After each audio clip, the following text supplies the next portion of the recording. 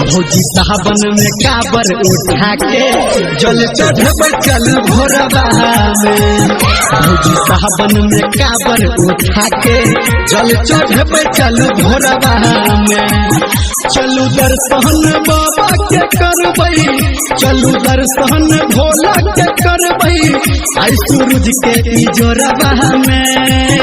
भौजी सावन में, भौजी सावन में, भौजी सावन में काबर उठा के जल चढ़ब चल भोरबा में। भौजी सावन में काबर उठा के जल चढ़ब चल भोरबा में। चल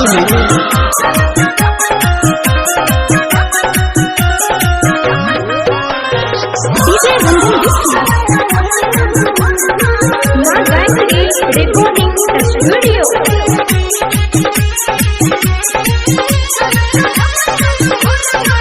भौजी देर में करू तैयारी अखन।